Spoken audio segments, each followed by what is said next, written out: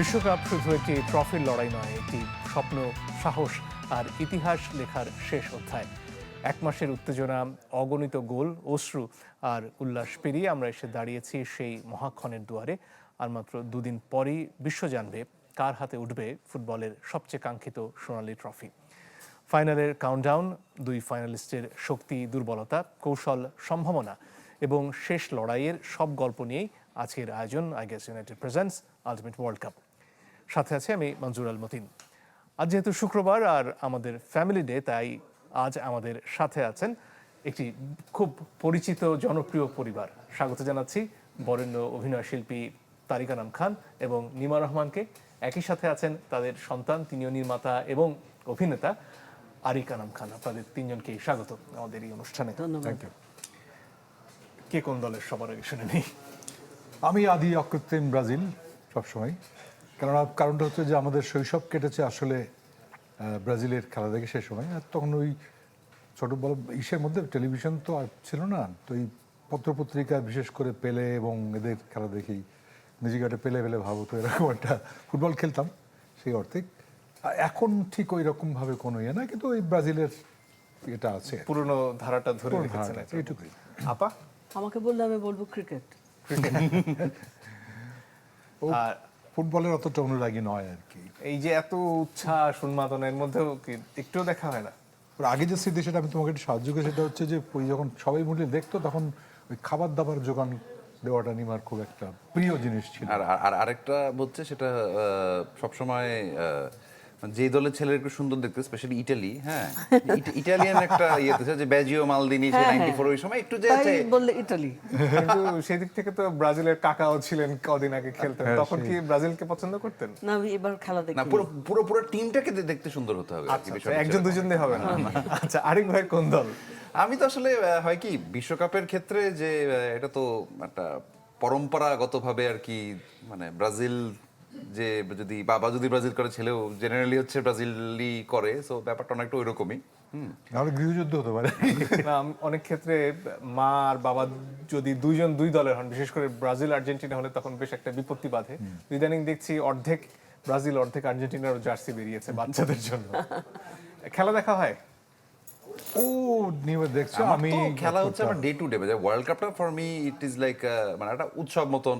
অত প্যাশন তো অবশ্যই ফুটবল ভালোবাসি অনেক বছর ধরে। তো ব্রাজিলের ওই যে একটা ছোটবেলা থেকে 94টা ওয়ার্ল্ড কাপটা হচ্ছে মোটামুটি স্মৃতির ভিতরে আছে আমার। বাট আমি হচ্ছে বেসিক্যালি ম্যানচেস্টার ইউনাইটেডের ফ্যান, হ্যাঁ, সো মানে ওইটা হচ্ছে আমার এভরি মানে উইক, এভরি ডে, ওইটা হচ্ছে একদম সবকিছু মিলিয়ে হচ্ছে ওইটাই মানে কেন্দ্র করে। আর ওয়ার্ল্ড কাপ এনজয় করি। নট অনলি দ্যাট, মানে ও অনেক আগে থেকে ইউরোপিয়ান লিগ, প্রিমিয়ার লিগ, অমুক লিগ সব মুখস্থ এবং অদ্ভুতভাবে ফলো করে। মানে আমি জাস্ট ওর সামনেই বলছি যে লাস্ট ইংল্যান্ড এবং আর্জেন্টিনার খেলা দেখার পরে ইমিডিয়েটলি একটা কমেন্ট করেছে, সেটা দেখলাম আমি। মোটামুটি মানে ইংল্যান্ডের ফলোয়ার্স বা যারা পছন্দ করে তারা ওই ভুলটা ধরছে, বিকজ যে দুজন স্ট্রাইকার ছিল তাদেরকে কোচ নামিয়ে দিয়েছে। He made the first comment, আমি সোশ্যাল সাবস্টিটিউশনের গোল ওই যে মারার থমাস টুকেলের যেটা হচ্ছে যে ওই যে হঠাৎ করে 75 মিনিটে সে একদম পুরো সব ড্রব্যাক করে গিয়ে আসো আমাকে আক্রমণ করো, সো এগুলো আর ধরেন মানে হয় না আমার। It is like for me আমার রুটিনের একটা পার্ট হচ্ছে ধরেন মানে প্রিমিয়ার লিগ বা চ্যাম্পিয়ন্স লিগ বা ম্যানচেস্টার ইউনাইটেডের মানে আপডেটস ফলো করা। আর সে সময় আপা কি ধরনের খাবার পরিবেশন করেন? রাত 2টোর সময় আপা ঘুমায়। এখন খাওয়া বন্ধ?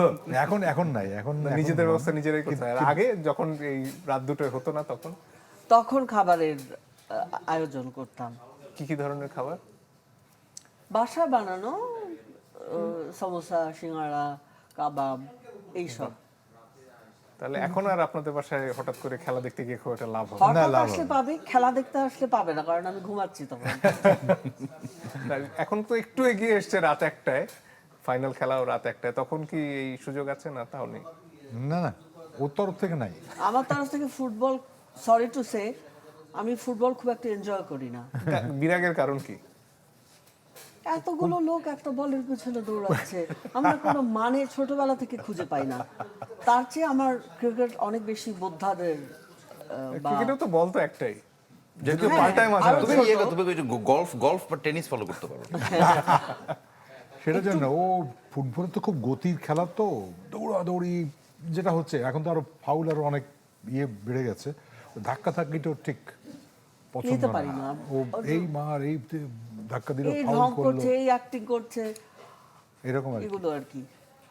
এখন তো মাঠে যত না খেলা হচ্ছে তার চেয়ে সামাজিক যোগাযোগ মাধ্যমে লড়াইটা অনেক বেশি হচ্ছে, এটা কি আপনার চোখে পড়ে? আমি এই সূত্রে মঞ্জুর, আমি তোমাকে একটা কথা বলতে চাই, আমি খুব কষ্ট পেয়েছি বাংলাদেশের ফুটবলের এই পাগলামি দেখে। অলরেডি বোধ হয় লড়াইও হয়ে গেছে 8-10 জন মারা গেছে। অ্যান্ড ইয়েস্টারডে এক জায়গায় একটা মিছিল, আর্জেন্টিনার জিতেছে সেই ইসের মধ্যে একটা ছেলে আজকেই দেখলাম ছাদের উপরে গিয়ে ভিডিও করতে গেছে, ইলেকট্রিকিউটেড, মানে ওখান থেকে গিয়ে পড়ে গেছে, কোন সারভাইভ। এটা লাভ কি? মানে আমি খেলা অবশ্যই পছন্দ করা ভালো, কিন্তু এমন নয় যে আমি জীবন দিয়ে দেবো একেবারে। ব্রাজিল হোক, আর্জেন্টিনা হোক, ইংল্যান্ড হোক, পর্তুগাল হোক, well I will enjoy the match, that's it. এই জীবনগুলো সেই পরিবারের অ্যাকচুয়ালি কত কষ্টের। নিশ্চয়ই।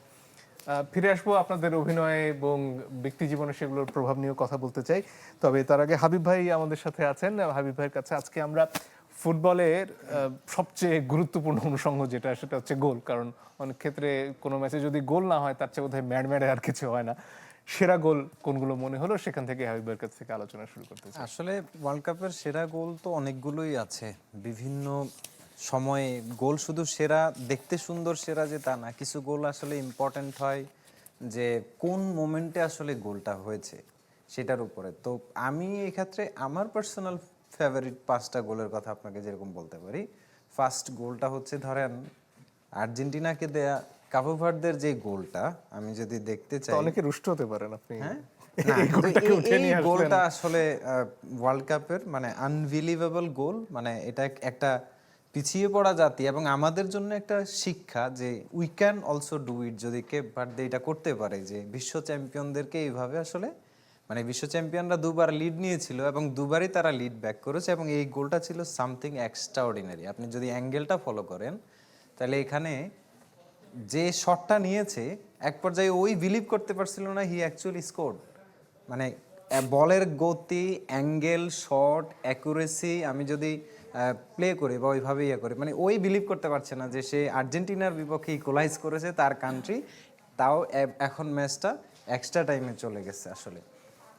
তো এর পরের যেই গোলটা, সেই গোলটা হচ্ছে আমার মতে জুলিয়ান আলভারেজের গোলটা। ইম্পর্টেন্সের দিক থেকে আউটসাইড দ্য বক্স একটা পজিশনিং সেন্স থেকে একটা ন্যারো অ্যাঙ্গেল খুঁজে বের করে টপ কর্নার শট, মানে দ্বিতীয় গোলটাকে আর্জেন্টিনার সুইজারল্যান্ডের বিপক্ষে যে গোলটা, তার পরবর্তী গোলটা ইম্পর্টেন্স দিয়ে আমি এটাকে এটাকে দেখবো আমরা। হ্যাঁ এটা আমরা দেখতে চাই, কিন্তু একটু যান্ত্রিক ত্রুটি হয়েছে হয়েছে, হ্যাঁ অসুবিধা নেই। ল্যাপটপ। আচ্ছা জি। এই গোলটা জুলিয়ান আলভারেজের এই গোলটা আসলে এসেছে ম্যাচের এমন একটা সময়ে যখন আর্জেন্টিনা আসলে ইকুয়ালাইজড এবং কোনোভাবে ডেডলক ভাঙা যাচ্ছিল না। এই সিচুয়েশনটা থেকে আসলে জুলিয়ান আলভারেজের এই গোলটা এসেছে। বিশেষত্ব কি? এই যে দুটো গোলের কথা বললেন, আগেরটার কথা বলছিলেন যে খুব বিশেষ একটা অ্যাঙ্গেলের কারণে সেটা কঠিন ছিল, একদম এই গোলটাও corner-এ আসলে গিয়ে দেখেন ঢুকলো। সুইস জমাট ডিফেন্ড করছিল, ওখান থেকে আর্জেন্টিনা 4 জন ফরওয়ার্ড খেলাচ্ছিলেন, মানে ইনসাইড চ্যানেলে 2 জন ফরওয়ার্ড লাউতারো এবং ওসে ম্যানুয়েলা লোপেজ, এবং আউটসাইডে 2 জন ফরওয়ার্ড লিওনেল মেসি এবং জুলিয়ান আলভারেজ, আরেকজন এক্সট্রা ফরওয়ার্ড নিকো গঞ্জালেস। বলতে পারেন 5 জন ফরওয়ার্ডের আসলে একটা ইয়া ছিল, এবং এই গোলটার অ্যাঙ্গেলও বেশ দূরহ ছিল। একটা পাস রিসিভ করে একটা ছোট ন্যারো অ্যাঙ্গেল থেকে কার্লি একটা শটে গোল করা হয়েছিল, এবং এই গোলটা ছিল আর্জেন্টিনার জন্য অনেক ইম্পর্ট্যান্ট একটা গোল। ম্যাচটা শুট আউটে যেতে পারতো, এবং এই গোলকিপার শুট আউটে কলম্বিয়াকে বিশ্বকাপ থেকে বিদায় করেছিলেন। সো আর্জেন্টিনার জন্য আরও একটা নার্ভি মোমেন্ট হয়তো হতে পারতো, but Julian Alvarez save the day. এর পরের গোলটা হচ্ছে এনজো ফার্নান্দেজের গোলটা, যেটা ইংল্যান্ডের বিপক্ষে ইকুয়ালাইজার ছিল, ওটাও বক্সের বাইরে থেকে আসাই একটা গোল। আসলে এই গোলটার ইম্পর্টেন্স হচ্ছে আর 4 মিনিটের ব্যবধানে হয়তো এই গোলটা না হলে আর্জেন্টিনাকে ওয়ার্ল্ড কাপের বাইরে যেতে হতো, এবং কুল ক্ল্যাম একটা কম্পোজার ছিল এই শটটাতে, এবং আর্জেন্টিনার জন্য এটা প্ল্যান ছিল এই গোলটা। কাতার বিশ্বকাপে ডাচদের বিপক্ষে মেসির এনজো ফার্নান্দেজকে সিমিলার একটা পাস ছিল যেটা বক্সে লেগেছে, এবং মেসি এই দিকে একটা ফেক মুভমেন্ট দিয়ে সেন্ট্রালি পাস করেছে, এবং এনজো ফার্নান্দেজ আসলে কুল নার্ভ রেখে এই যদি স্লো অ্যাঙ্গেল থেকে দেখি ওই গ্যাপ দিয়েই শটটা নিয়েছেন, যেই গ্যাপটা আর্জেন্টিনা ডিফেন্স গোলকিপার পজিশনের দুই পাশে ওভারলোড ক্রিয়েট করে সেন্ট্রাল স্পেস তৈরি করে করছে। এটা একটা ইন্টেলিজেন্স গোল ছিল, যার কারণে এই গোলটাকে আমি 3-এ রাখবো। নাম্বার 4-এ আমি রাখবো ভিনিসিয়াসের গোল, যেটা ছিল ব্রাজিল সমর্থকরা খানিকটা খুশি হওয়ার না কিছু না, পাবে এই না গোলটা এতদিন পরে। আসলে টেকনিক্যাল অ্যাবিলিটির দিক থেকে একজন উইঙ্গারের পার্সপেক্টিভ থেকে আমি হচ্ছে খুশি করার অ্যাঙ্গেল না, এই গোলটা হচ্ছে সিরিয়াসলি মানে ওয়ার্ল্ড কাপের সুন্দরতম একটা গোল। আমরা ভিনিসিয়াসের গোলটাতে যদি যেতে পারি, প্রযোজক আর্জেন্টিনার সমর্থক তো একটু আসতে সময় লাগবে, আচ্ছা কষ্ট হয় ওদের ব্রাজিলের কিছু ভিনিসিয়াসের চালাতে। গোলটা ছিল ফার্স্ট ম্যাচে ব্রাজিল যে ভালো করতে পারে সেটার একটা ঝলক, কারণ ভিনিসিয়াসের এবারের ক্যাম্পেইনটা বেস্ট ওয়ান। এই অ্যাঙ্গেলটাতে আপনি একটু ফ্রেমটা ফ্রিজ করলে বা আমি বলতে পারতাম যে ভিনিসিয়াসের জন্য এই অ্যাঙ্গেলটা অনেক দূর হওয়া একটা অ্যাঙ্গেল ছিল, গোল পোস্টে সামনে তো 3 জন এবং সামনে গার্ড এবং নিয়ার পোস্টও গার্ডেন। এই জায়গাটা থেকে ভিনিসিয়াস কিন্তু ফার্স্ট একটা প্লেয়ারকে ড্রিবল করে ঢুকেছেন, মানে স্পিড দিয়ে বিট করে ঢুকেছেন এবং ইন্টেলিজেন্স একটা শট নিয়েছেন ফার পোস্টে, এবং that was a absolute banger goal. তো এটা ছিল ভিনিসিয়াসের ঝলক যে I am in this world cup, মানে আমি একটা স্টেটমেন্ট দিতে আসছি। অবশ্যই স্টেটমেন্টটা দেওয়া হয়েছে। নরওয়ে ম্যাচে আসলে মানে ব্রাজিলের দুর্ভাগ্যটা বলতে পারেন যে এতগুলো মিস আর এরকম ছন্ন ছাড়া ফুটবল বা নিজেদের ইউনিটি ধরে রাখি খেললে হয়তো নরওয়ে ম্যাচের গল্পটা একটু ডিফারেন্ট হইতো, এবং আপনি ম্যাচের 8 মিনিটে এগিয়ে যাওয়ার সুযোগ পেয়েছিলেন, ওখান থেকে মূলত নার্ভেই হেরেছে ব্রাজিল। আর নাম্বার 5-এর গোলটা আমি যেটা রাখবো সেটা হচ্ছে গ্রেটেস্ট এভারের একটা গোল না রাখলে আসলে হয় না, সেটা হলো লিওনেল মেসির গোল, এবং সেটা ছিল ফ্রি কিকে এই ওয়ার্ল্ড কাপে করা একমাত্র গোল। এবং উনি এই ফ্রি কিক গোলটাকে আমি আসলে একটু পিক ইন্টেলিজেন্ট গোল বলবো। এটা উনি জোরে শট নেননি, উনি কোনো ধরনের উপর দিয়েও তো গেলেন হ্যাঁ না। উনি জাস্ট একটা গ্যাপ খুঁজে নিয়ে প্লেসমেন্ট করেছেন যেখানে গোলকিপারের আসলে মুভ করারও সিচুয়েশন ছিল না। গোলকিপার কি দেখতে পাননি? গোলকিপার দেখেছেন, গোলকিপার ওয়াল দিয়েছেন, আর্জেন্টিনা একটা ওয়াল দিছে, দুই ওয়ালের মাঝখানে যখন প্লেয়াররা লাভ দিছে সামান্যতম প্লেসমেন্ট ছিল, উনি কি করেছেন গোলকিপারের হাতের সামনে, মানে যেখানে ড্রপ দিলে আসলে এই বলটা ধরা সম্ভব না, মানে যদি উনি জোরে শট নিতেন এয়ারে থাকতো গোলকিপার হয়তো সেভ করতে পারতেন, বলটা এয়ারে ছিল না, এই জায়গাটাতে একটা ড্রপ করে তারপরে জালে যায়। সো ফ্রি কিকেরও একটা পিক ইন্টেলিজেন্স থাকে, লিওনেল মেসি হয়তো ফ্রি কিকটাকেও শিল্প বানিয়ে নিয়েছিলেন এই জায়গাটুকুতে। সো কিন্তু ডাইভ দেওয়ার কি সুযোগ ছিল না গোলকিপার? ডাইভ দেওয়ার সুযোগ ছিল না, গোলকিপার ভেবেছিল শটের যেই ধরন মেসি ওই কর্নার পোস্টে শুট নেবেন, এইটা গোলকিপার হচ্ছে অ্যামিউজ করতেছিল যে ওয়ালের উপরে শুট নেবেন, কিন্তু তিনি দুই ওয়ালের গ্যাপে নিয়ার পোস্টে যেখানে গোলকিপার থাকার কথা সেখানে শট নিয়েছেন, কিন্তু গোলকিপার ভেবেছেন এখানে শট নেবে, তাই সে এদিকটাই সরে আসতে গিয়ে আর 1 সেকেন্ডও সময় পাননি বেসিক্যালি। তো এটা আসলে প্লেসমেন্টের খেলা। আর সবচেয়ে আরামের গোলটা কি ব্রাজিলের বিপক্ষে হালান্ড দিলেন? হ্যাঁ এটা ওইটা খুব ছিল ধীরে আসলে, সুস্থে- হ্যাঁ আমি ওই গোলটাতে আসতেছি, এটা হচ্ছে এই বিশ্বকাপের সুন্দরতম গোলের মধ্যে বোনাস গোল। সেটা হচ্ছে আসলে হালান্ড বলটা রিসিভ করেছেন, একটা দুইটা টাচ নিয়েছেন, মনে হচ্ছে যেন বসিয়েছেন এবং একটা ট্রেনিং গ্রাউন্ড গোল করলেন, এবং তাকে যে আসলে ব্রাজিলিয়ান ডিফেন্ডার ফরওয়ার্ড প্রেসটা করবেন সেটাও মেবি করতে ভুলে গেছে। একটা বিজ্ঞাপন ছিল, জানি না আপনার মনে আছে কিনা, যে একজন স্ট্রাইকার বসে আছেন, ডিফেন্ডার অপেক্ষা করছেন, বলছেন ভাই আপনি গোলটা কি দিবেন? হ্যাঁ, হ্যাঁ, মানে এত- আসলে- এত সময় কিভাবে হালান্ড পেলেন? আসলে ব্রাজিলের ডিফেন্ডাররা ওই সময় কি করছিলেন? আসলে মোশাররফ করিমের একটা নাটক ছিল, মেবি ওনার কি জানি নাম ছিল, হল্যান্ডকে আমরা আসলে হেলাল ভাই বলি, মানে ফুটবলের ভাষায় আর কি, অনেকে এই যত্ন করে এই নামটা ডাকেন।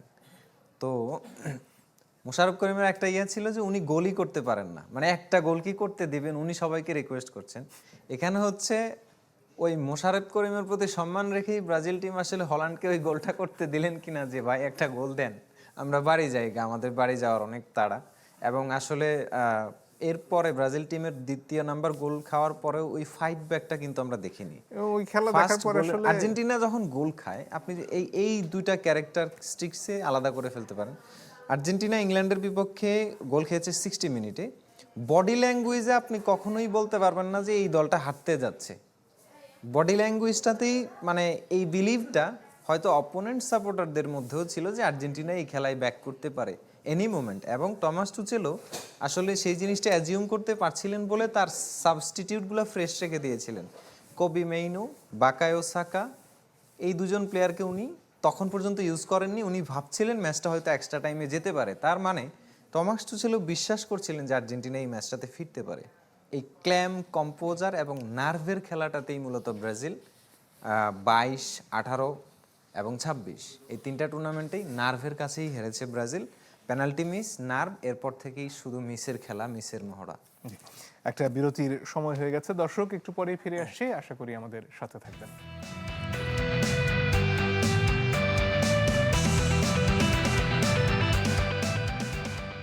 দর্শক, আপনারা দেখছেন আইগেস united presents ultimate world cup. ফিরে আসবো আপনাদের কাছে। আরিফ ভাই, আপনার কাছ থেকেই শুরু করি। খেলার যে বাবা ব্রাজিল হলে ছেলেদের ব্রাজিল হওয়ার সম্ভাবনা, সেটা নিয়ে আলাপ করছিলাম, কিন্তু সবসময় বাবা মা অভিনয় করলে ছেলে বা মেয়ে যে অভিনয় আসবে এমনটা তো হয় না। আপনার অভিনয় আসাটা কিভাবে হলো? অভিনয় আসাটা হচ্ছে যে, কারণ আমি নিজেকে মানে আমার মেইন প্যাশনের জায়গা বলতে গেলে সেটা হচ্ছে ফিল্ম মেকিং, যেটা আমি পড়াশোনা করেছি। বাট যা হয় আর কি, যে অভিনয় তো একটা সর্ট অফ একটা বিষয়টা থাকেই আর কি। তা আসলে একটা টাইমে আমার অতটা আগ্রহ অত ছিল না, কারণ আমি সবসময় ছোটবেলাও একটু বিহাইন্ড দ্য ক্যামেরায় স্বাচ্ছন্দ্য বোধ করতাম অনেকটা।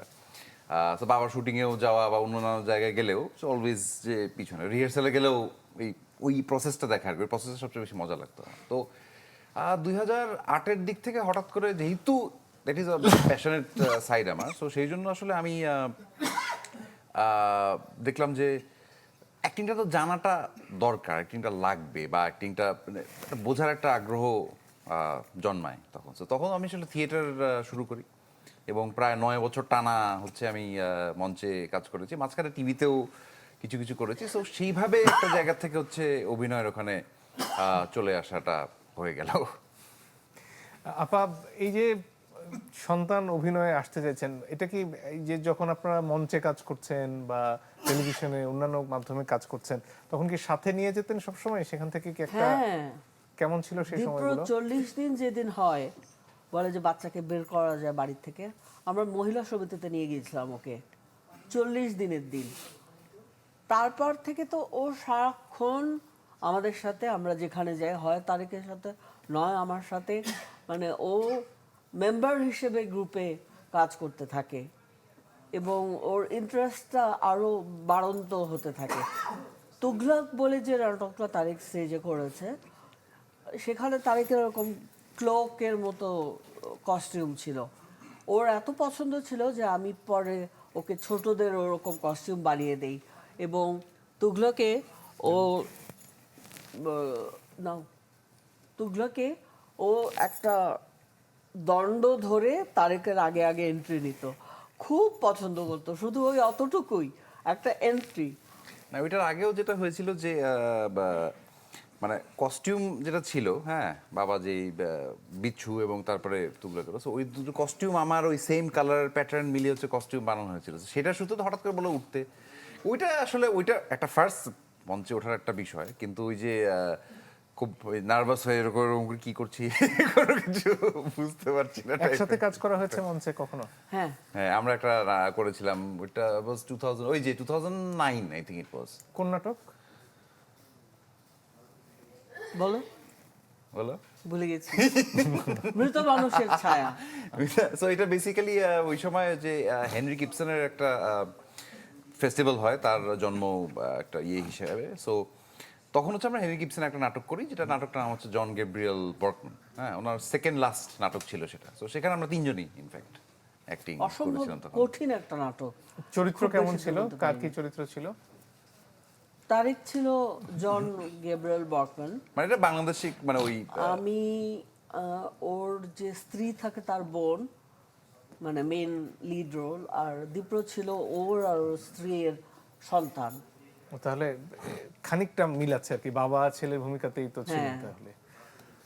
ছেলেটা একটু সামহাও একটু বিদ্রোহ করে আর কি, রেবেলিয়াস টাইপের একটা বিষয়। বাস্তবে কি ছেলে বিদ্রোহ করে না? সব কথা মেনে চলে? আগে করতো না, এখন বেশ। বেশ বিদ্রোহ করে। কেমন কেমন? এখন এখন এখন অনেক ব্যাপারেই, মানে বিশেষ করে আমি কি পড়বো কি করবো সব বিষয়ে তার একটা মানে কি বলে এক্সপার্ট ওপিনিয়ন আমাকে নিতে হবে। ও, মানে আপনাকে এখন ছেলের কথা হ্যাঁ, চলতে হচ্ছে? একেবারেই। অ্যাকচুয়ালি ওর সঙ্গে অ্যাড করি, ওর প্রথম প্যাশন কিন্তু ছিল খেলা। এবার একটা সময় ধানমন্ডি ওই মাঠে গিয়ে ও বিশেষ করে পেস বোলিং ওর হাইট টাইট এবং অন্য অন্য কিছু ভালো, সেইটার ব্যাপারে খুব আগ্রহ ছিল। ও কিছুদিন জালাল সাহেব না, জালাল স্যারের কাছে জালাল সাহেবের কাছে ও নিয়েছে, রেগুলার মাঠে গিয়ে প্র্যাকটিস করতো। ক্রিকেট ওয়াজ ইজ প্যাশন, মানে খেলা অ্যাকচুয়ালি। তারপরে ওর ইঞ্জুরি হয় অ্যাঙ্কল, অ্যাঙ্কেল নি নি আঙ্কল। দেন হি সর্ট অফ সুইচ অফ এসের মধ্যে। তো আগে থেকেই ওই ছবি দেখা, বাচ্চাদের কার্টুন দেখা, মানে আমাদের ভিসিআরে এইটা খুব ছিল, মিউজিক শোনা। ক্রমান্বয়ে আমার নাটকের মধ্যে দেখতে তো ওই ছেলে মানুষই কতগুলো বিষয় থাকে, যে যেমন আমি তুগলকের রিহার্সাল করছি, ও চুপচাপ দেখছে। তারপর আমি জানিও না, বাড়িতে এসে আমার কাজের লোক থাকতো 2-3টা, বা ড্রাইভার থাকতো, তাদেরকে ডেকে এনে একটা কথা বললো হয়তো, তারপর এখানে চেয়ারে বসে বাবার মতো করে, তুমি এখান থেকে এখানে যাও, কি হচ্ছে, ওরা তো কিছু বুঝে না। বয়স কিন্তু তখন 6-7। এরকম আর কি। এবং তারও আগে আমাদের বাসায় খুব খাওয়া দাওয়া হতো, আড্ডা হতো। তো জাহিদ আর তৌকি রেগুলার, তখন আনম্যারিড ওরা, রেগুলার আমাদের বাড়িতে থেকে যেত। এত রাতে কোথায় যাবে?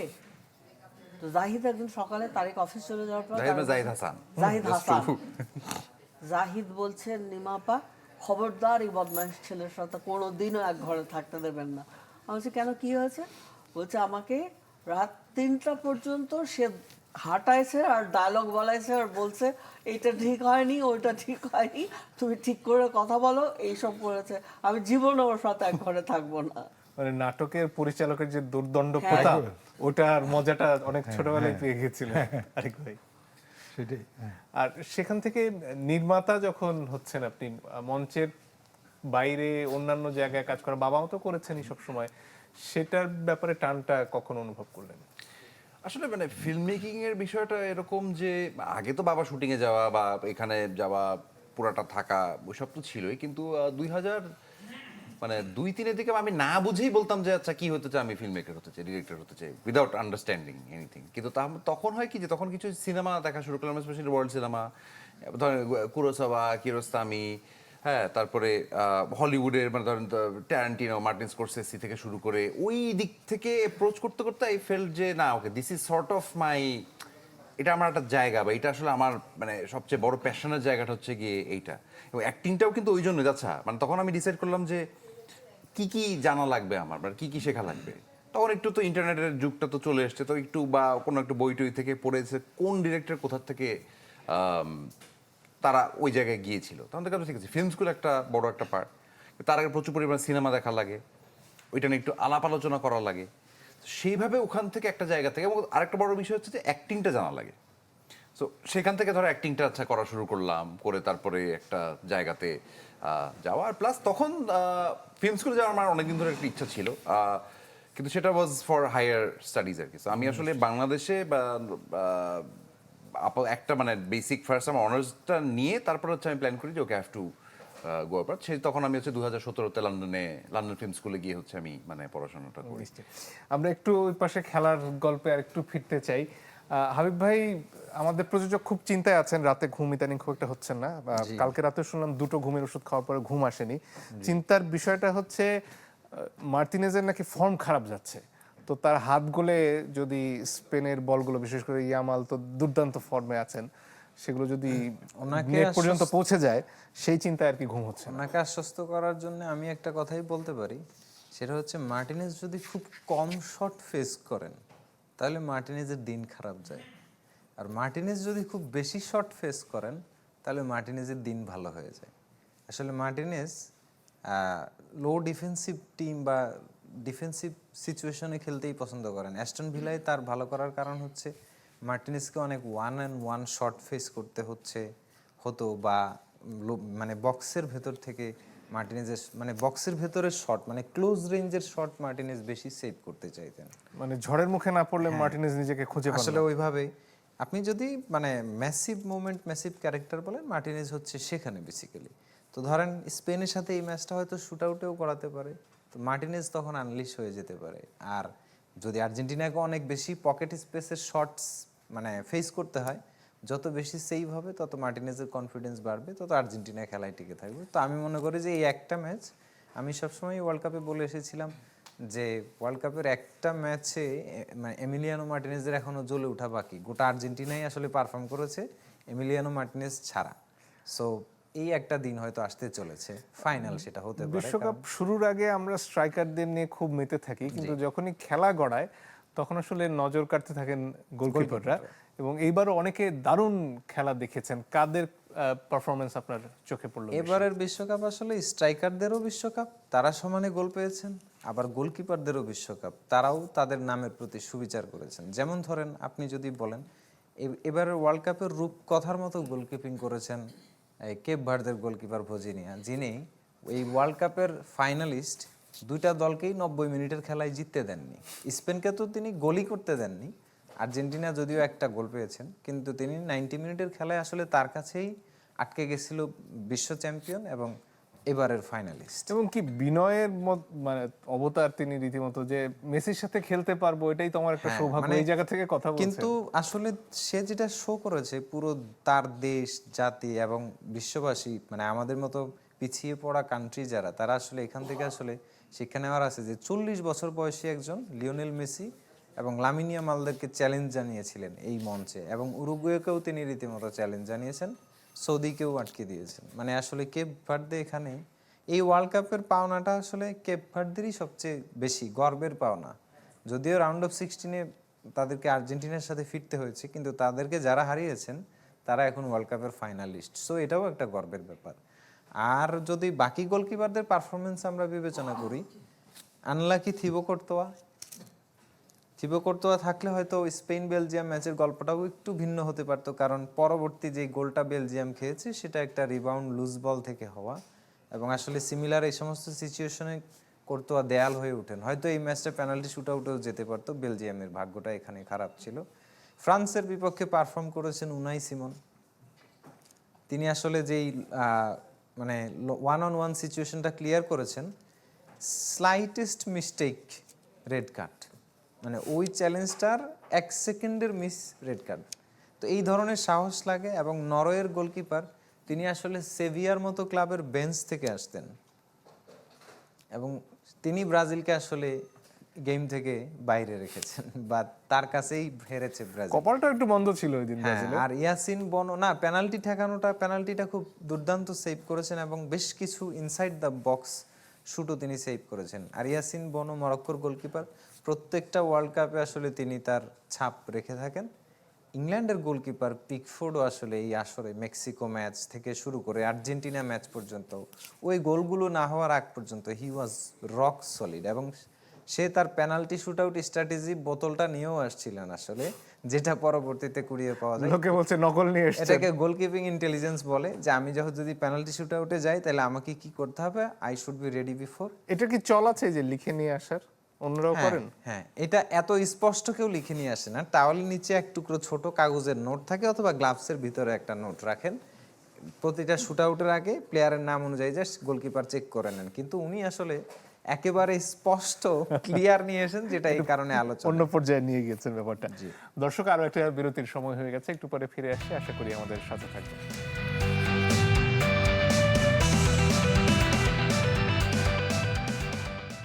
আইব ভাই, আজকে একটা ছবি নিয়ে এখানে একটা কথা বলতে চাই। সেই ছবিতে মেসিকে সবাই দেখলেই স্বাভাবিকভাবে চিনতে পারবেন, আর সাথে এক শিশু, সেই শিশুকে অজ্ঞাত কারণে মেসি গোসল করিয়ে দিচ্ছেন। সেই শিশুটি এই ফাইনাল ম্যাচে মেসির মুখোমুখি হচ্ছে লামিন ইয়ামাল। আপনারা জানেন শিশুটিকে, এই ঘটনাটা কি? এটা একটা ইউনিসেফের আসলে ইভেন্ট ছিল। লামিন ইয়ামাল আসলে তখন এই যে মানে বার্সেলোনায় তার বাবার কাজের সুবাদে আসলে বার্সেলোনায় সামহাউ একটা আফ্রিকান মানে একটু ডার্ক স্কিন টোনের কাউকে দরকার ছিল, তো লামিন ইয়ামাল ছিল এই ছবির আসলে মডেল। তো এই ছবিটাকে আসলে অনেকটা বার্সেলোনা ফ্যান্সরা বা আদার্স, মেসির সাথে যারই ছবি আছে সেই না কোনো স্টেজে জ্বলে উঠছে। তো এরকম একটা ট্রল ছিল যে বাচ্চাদেরকে মেসির কাছে ছবি তোলার জন্য নিয়ে যাও, এরকম লামিন ইয়ামাল যখন আসে এই জিনিসটা অনেক বেশি পরিচিতি পায়। আর তাছাড়া এই ছবিটার একটা বিশেষ গুরুত্ব আছে। যেমন এই ছবিটি যখন তোলা হয় তখন মেসির জার্সি নাম্বার ছিল 19, এখন লামিন ইয়ামালের জার্সি নাম্বার 19। এই ছবিটি যখন তোলা হয় তখন মেসির বয়স ছিল 20, এখন মেসির বয়স 39, এবং লামিন ইয়ামালের বয়সও 19, 20 মাইনাস 39, 19 এবং এটা সংখ্যাতাত্ত্বিক গুরুত্ব হ্যাঁ, আছে। এই ফাইনালটা আসলে খেলা হবে জুলাই 19 তারিখে। তো এই ছবিটা আসলে অনেক দিক থেকে আইকনিক হয়ে উঠছে আর কি, এবং এই ওয়ার্ল্ড কাপে মানে এখন মনে হচ্ছে যে এভরিথিং ইজ স্ক্রিপ্টেড, মানে 19 নাম্বারের স্ক্রিপ্টটা এখানে রচনা করা হয়েছে। হয়তো ফিফা এই স্ক্রিপ্টটা এইভাবে লিখলো কিনা অনেকে হয়তো ভাবতে পারেন। এবং বার্সেলোনার অন্যান্য ফ্যানরাও আসলে এই ম্যাচটা actually Barcelona versus Barcelona, new Barca versus Barca himself, মানে এক সেন্সে মেসি ইজ বার্সেলোনা। কারণ বার্সেলোনার যে হিস্ট্রি, রিয়াল মাদ্রিদের সাথে যেই গ্যাপ কমানো, মিনিমাইজ করা, এই জায়গায় আসলে লিওনেল মেসির অ্যারাউন্ড 35 ট্রফির অবদান আছে। এটাও কি ওরকম আরেকটা ছবি মনে হয়? এটা হচ্ছে মেসির সাথে দানি ওলমো, যে আসলে এই স্পেনের এই ওয়ার্ল্ড কাপ ক্যাম্পেইনের সবচেয়ে কি figure, not even Lamine Yamal, he played better football. তখন অলমো কি করছিলেন? মেসি অলমো বার্সেলোনা একাডেমিতে ছিলেন। আচ্ছা, এবং মার্ক কুকুরেয়ারও একটা স্মৃতি আছে। কুকুরেয়া বলেছিলেন এরকম যে আমি মেসির সাথে ট্রেনিং করেছিলাম, সেখানে একটা অলিখিত নিয়ম ছিল যে don't get too close to Leo Messi, মানে মেসির খুব কাছাকাছি যায় তাকে চার্জ করা যাবে না। আমাদের একটা নতুন বাচ্চা ভুল করে ফেলেছিল, মেসিকে একটা রাফ ট্যাকেল করে ফেলেছিল। পরবর্তীতে আমাদেরকে একাডেমি থেকে নির্দেশনা দেওয়া হয়েছে যে মেসির সাথে এইভাবে ট্রেনিং করা যাবে না। আসলে মেসি বার্সেলোনায় একটা অন্য রকম ফিগার। এই জায়গাটা থেকে ধরেন পাও কুবার্সি, পেদ্রি, এদের ফুটবলিং আইকনই হচ্ছে অ্যাকচুয়ালি লিওনেল মেসি। পাও কুবার্সি তো বিভিন্ন সময়ে এই ওয়ার্ল্ড কাপের আগেও বার্সেলোনায় থেকে আর্জেন্টিনার মেসির জার্সিটা পরেই আসলে তারা ঘুরে বেড়ান।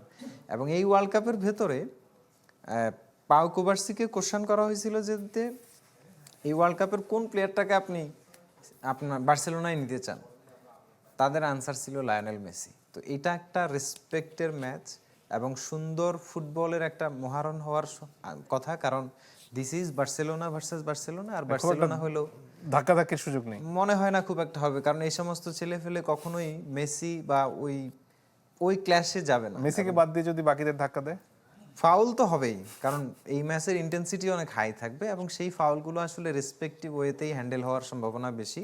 ম্যাচের হিটিং মোমেন্টটা আসলে স্পেন কখনো ইনিশিয়েট করবে না, আর্জেন্টিনা থেকে হয়তো, কারণ তারা অ্যাগ্রেসিভ, আর্জেন্টিনার দিক থেকে হয়তো ইনিশিয়েট হইতে পারে। দেখা যাক, কালকে নিয়ে বিস্তারিত নিশ্চয়ই আপনার সাথে আলাপ হবে। অবশ্যই আমরা ট্যাকটিক্যাল একটা প্রিভিউ করব যে কে কিভাবে হিট করতে পারে, এটা কালকের এপিসোডে ইনশাআল্লাহ আমরা কালকে আবারও দেখা হবে। আজকের মতো আপনার কাছ থেকে বিদায় নিচ্ছি, আপনাদের কাছে ফিরে আসতে চাই। এখন এই যে খেলা দেখতে বসে হয়তো আবারও পরিবারগুলো একটু একটু করে টেলিভিশনের সামনে বসছে। একটা সময় ছিল যখন টেলিভিশন বাক্সের মধ্যে তালা দিয়ে রাখা হতো, এত বেশি টেলিভিশন ছেলেপেলেরা দেখতো। তো এখন যার যার মোবাইলে সবাই দেখে। এই যে এতগুলো মাধ্যম আপনাদের সময় আপনারা দেখলেন, একটার পর একটা আসলো, যেখানে এখন আসলে একজন দর্শক সারাদিনের বেশিরভাগ সময় যে কন্টেন্ট দেখেন তার স্থায়িত্ব 30 সেকেন্ড, বড় জোর 1 মিনিট। এটা আসলে আমাদের মনোজগৎকে কিভাবে পরিবর্তিত করছে, যে কেউ শুরু করতে পারেন। বলো। মানে আমি বলবো না যে শুধু 30 সেকেন্ডের মধ্যেই সীমাবদ্ধ হয়ে গেছে, তবে একটা অস্থিরতা আছে, এটা অস্বীকার করা যাবে না। কিন্তু আমার এক্সপেরিয়েন্স হচ্ছে যে এখন নাটক চলে গেছে ইউটিউবে, ওই যেটা বললে সেটা হচ্ছে হ্যাঁ মোবাইলের মধ্যে। এইখানে একটা একটা খুব কমেডিও যেমন চলে, খুব ইমোশনাল নাটক, সেগুলো ভিউ হয় কম বেশি, ক্লিপস দেখে ওখান থেকে, সেটা নিয়ে তৈরি হয়। আমি বিশ্বাস করি যে এগুলো খুব ভেরি টেম্পোরারি, এগুলো অ্যাকচুয়ালি খুব একটা স্থায়ী একটা জায়গা তৈরি করতে পারে না। আমরা এখনও আমাদের গানের কথা যদি বলি, আমরা যদি আমাদের অনেক পূর্বতন যারা ছিলেন তাদের অভিনয়ের কথা বলি, এখনও রেফারেন্স হিসাবে কিন্তু আমরা সেগুলো বলি। অনেকেই এখন হুমায়ুন ফরিদিকে টেনে আনেন, কিন্তু তো ক্লিপিক্স দিয়েই তো দেখে, অসুবিধা কী আছে? এই যে স্বীকৃতি, এটা দরকার আছে। ঝামেলাটা হলো যে পাশাপাশি অনেকগুলো জায়গা তো তৈরি করতে হয়। টেলিভিশন একটা নিজস্বতা হারিয়ে ফেলেছে বলে আমার মনে হয়। টেলিভিশন আমাদের এখানে খুব মিক্স ফরম্যাটেই কাজ হয়েছে, তারপরে কেউ পরিবর্তন করেছে। ধরা যাক একটা কমেডি নাটক চলছে, তার মাঝখানে স্ক্রলে আসছে একটা অ্যাক্সিডেন্টের খবর, নৌকা ডুবি, ট্রেনের সঙ্গে বাস, অমুক তমুক এই জাতীয়। বাট ইউ থিঙ্ক দ্যাট এটা খুব ভালো লাগবে একটা কমেডি নাটক বসে দেখে? এগুলো তো মানুষ অস্বীকার করতে পারে না। আমাদের এই চরিত্রটা আসলে হারিয়ে গেছে। আমি যদি বিটিভির সময়কে সেই, যেটাকে অনেকেই বলেন স্বর্ণযুগ নাটকের ক্ষেত্রে, সেটা যদি হয় 8:35 নাটক শেষ, বিজ্ঞাপন হবে এতটুকু পর্যন্ত, এতটুকু মিনিটের মধ্যবিরতি থাকবে, তারপর আবার নাটক হবে, মানুষ অপেক্ষা করত। এখন পিপল ডোন্ট নো যে বিজ্ঞাপন কত হবে। চ্যানেলগুলো সাস্টেইনেবিলিটি করার জন্য বিজ্ঞাপনের আধিক্য হওয়াতে তারা আমাদের এই যে ফিকশনটাকে ওন করতে পেরেছে বলে আমার মনে হয় না। বাট সিনেমার দিক দিয়ে আমার মনে হয় খুব একটা একটু অগ্রসর হয়েছে, সিনেমার একটু পরিবর্তন হচ্ছে বলে আমি মনে করি। এমনকি কমার্শিয়াল ফিল্মের মধ্যেও একটু ভিন্ন ধারার অন্য জায়গায় পৌঁছানোর একটা চেষ্টা আছে, উইচ ইজ ভেরি পজিটিভ। যা হয়েছে ইকোনমিক্যাল কন্ডিশনে সেটা হলো যে আমাদের সিনেমা হলগুলো কমে গেছে। যেটা 800 সিনেমা হল 1200 সিনেমা হল শোনা যায়, এখন তো ঈদের সময় বোধহয় 100 পর্যন্ত সে থাকে, বাকি তো 80টা সিনেমা হল। মঞ্চনাটকের গতি প্রকৃতি কোন দিকে যাচ্ছে? মঞ্চনাটকও ওই রকমই, টেলিভিশনের মতনই অবস্থা। যারা মঞ্চনাটককে ভালোবাসে একমাত্র তারাই মঞ্চনাটক এখনো দেখে, এখনো দেখতে আসে। এখন তো মঞ্চনাটক দেখার বেলায় সবাই একটা অজুহাত দেয়, জ্যামে পড়ে পারিনি বা জ্যামের কারণে যেতে ইচ্ছুক নই। তাছাড়াও আমি বলবো কোয়ালিটিতে একটা অবক্ষয় ঘটেছে। আমরা যখন মঞ্চনাটক ভালো মতো করেছি, তখনকার যে কোয়ালিটি ছিল নাটকের, এখন সেই কোয়ালিটিটা তারা ধরে রাখতে পারছে না, আমরাই পারছি না, বা বলটা আমরা ঠিক আমাদের পরের প্রজন্মকে গোল দিয়ে দিতে পারিনি, আমাদেরই ব্যর্থতা। মঞ্চনাটক হচ্ছে, তবে কম। আমি শুধু একটু ছোট্ট একটু অ্যাড করতে চাই এটার সঙ্গে, সেটা হচ্ছে যে আগে একটা জায়গায় যাওয়া যেত, মহিলা সমিতি, বেলি রোড মহিলা সমিতি বা শিল্পকলা একাডেমি। শহর এত বড় হয়েছে, আমাদের মেট্রো রেল হয়েছে, মঞ্চ তো তৈরি হয়নি। আমাদের উত্তরাতে কেন মঞ্চ নাই? ধানমন্ডিতে গুলশান বানানোর দিকে নাই কেন? ধানমন্ডিতে নাই কেন? এখন মানুষ তো ট্রাভেল করবে না, সে বাসায় যাবে, একটু শর্ট ডিস্টেন্সের মধ্যে গিয়ে নাটকটা দেখবে, সেটা একটা। দ্বিতীয় হচ্ছে একটা প্যাশন থেকে একটা মুহূর্ত বন্ধ চলা যায়, but he has to be professional. অবশ্যই। আরিক ভাই, এই যে এই গত কয়েকটা বছরে বাংলা সিনেমার ব্যাপারে মানুষের আগ্রহ, হলে গিয়ে আবার সিনেমা দেখা, এই পরিবর্তনটা কিভাবে আসলো এবং এটাকে ধরে রাখার জন্য আসলে আর কি করা প্রয়োজন? আসলে মানে বাংলাদেশের একটা জিনিস যেটা আমি সবসময় মানে বিশ্বাস করে এসেছি, যে মানে ট্যালেন্ট বলেন বা গল্পর দিক থেকে কিন্তু আমাদের সবসময় সেটা ছিল। ডিরেক্টরসরা হয়তো সেই সুযোগটা পাচ্ছিল না, কারণ একভাবে একটা ঘরানার একটা সিনেমা ছিল এবং তখন হচ্ছে এগুলো নিয়ে আর কি অনেক ধরনের চর্চা হতো, অনেক ধরনের কথা হতো না কেন, ওই যে একটু অনেকে বলে যে কোট আন কোট মানে নাটকের মতন হয়ে গেল কিনা, ওইটা হয়ে গেল কিনা, সেটা হয়ে গেল কিনা, but talent was always there. কারণ আমাদের কিন্তু একটা ফিল্মের একটা কালচার কিন্তু আমাদের আছে, যে মানে জহির রায়হান থেকে শুরু করে তার আগেও যদি বলি যে মানে সত্যজিৎ রায়, মানে হয় না বাংলারই তো আফটার অল, তখন তো সব মানে ইয়ে ছিল। সো হয় কি যে ওই একটা কালচার আছে, এবং তারপর শর্ট ফিল্ম মুভমেন্ট যেটা, হ্যাঁ, ওই সময় থেকেও মানে মোরশেদুল ইসলাম থেকে শুরু করে অনেক মেকাররা কিন্তু একটা জায়গাতে একটা জিনিস করে গিয়েছিল। বা তারপরে যেটা হয় যে কমার্শিয়াল ভার্সেস এটা ভার্সেস সেটা, এরকম একটা জায়গাতে একটা সবসময় একটা দ্বন্দ্ব টাইপের কিন্তু ছিলই। তারপর হয় কি যে নতুন মেকার্স যখন আসা শুরু করলো, একটা নতুন মানে অ্যাপ্রোচে, নতুন ভাবনা দিয়ে, মানে হয়তো এখন মোর অ্যাক্সেস টু মানে বেটার ফিল্মস, হ্যাঁ, একটা জায়গা থেকে তখন হচ্ছে ধরেন এটা মানে কি বলে একটা যে গ্রাফে যেটা উঠতে দেখছি আমরা, সেটা হচ্ছে এখন একটা জায়গাতে সেটা গেছে। আর ধরে রাখার জন্য কি, আমি তো মনে করি যে ধরেন এখন আমি আপনাকে ধরেন একটা তথ্য দিই, যে ধরেন কোরিয়াতে, হ্যাঁ, যেটা এখন কিন্তু ওয়ার্ল্ডের মানে the third biggest probably industry হবে in terms of revenue and everything. So South কোরিয়াতে কিন্তু আপনার পপুলেশন হচ্ছে মানে খুবই অল্প, কিন্তু মানে ধরো 3-4 কোটির মধ্যে কিন্তু পপুলেশন। সাউথ কোরিয়াতে কিন্তু সিনেমা হল হচ্ছে 600-র উপরে। বাংলাদেশে প্রায় 17-18 কোটি মানুষ, আমাদের সিনেমা হল সর্বসাকুল্যে হচ্ছে টেনে টুনে আপনি 100 করতে পারবেন, এবং ক্যাপাসিটি অনুযায়ী কিন্তু মানে যে কোনো একদিনের একটা শোতে কিন্তু আপনি হয়তো মানে একটা দীর্ঘমেয়াদী পরিকল্পনা এবং প্রণোদনা এবং প্রফেশনাল জায়গায় নিয়ে আসাটা। আজকের মতো আসলে সময় একেবারেই ফুরিয়ে গেছে। আপনাদের তিনজনকে অসংখ্য ধন্যবাদ। আর দর্শক, আপনাদের জন্য প্রশ্ন হচ্ছে, মেসি কতবার ব্যালন ডি অর জিতেছেন? 7 বার, 8 বার, 6 বার, 9 বার? আর উত্তর কোথায় দিতে হবে আপনারা জানেন। আজকের মতো এখানেই ইতি টানছি। দর্শক, অনেক ধন্যবাদ আজকে আমাদের সাথে থাকার জন্য।